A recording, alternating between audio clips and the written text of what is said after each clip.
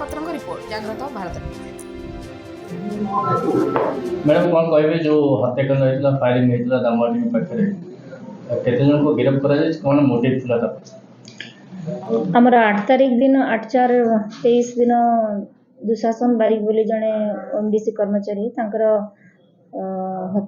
गुड़ी मारिक हत्या कराई dead body आम दामहाटी पाखर पाई जसवंत बारिक बोली पुओ जी से कंप्लेन करते आमर बरबिल थाना पीएस केस नंबर 109/23 रजिस्टर्ड होता तार तदंत बेले आम जाना पाइलु जे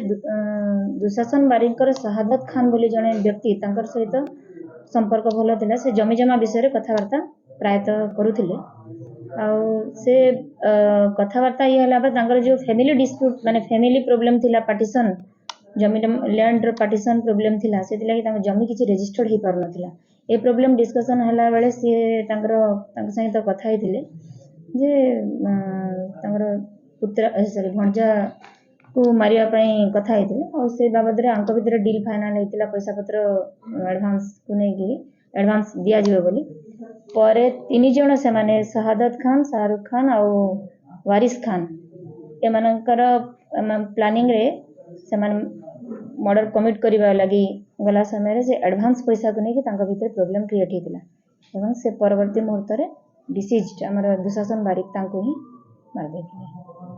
तो से बाबद 3 जण आमर एक्यूज डिटेन अच्छा फरवर्ड अरेस्ट होती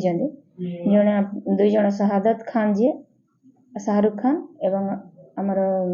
जी सप्लाई करथिला पिस्तौल आमर निहाल खान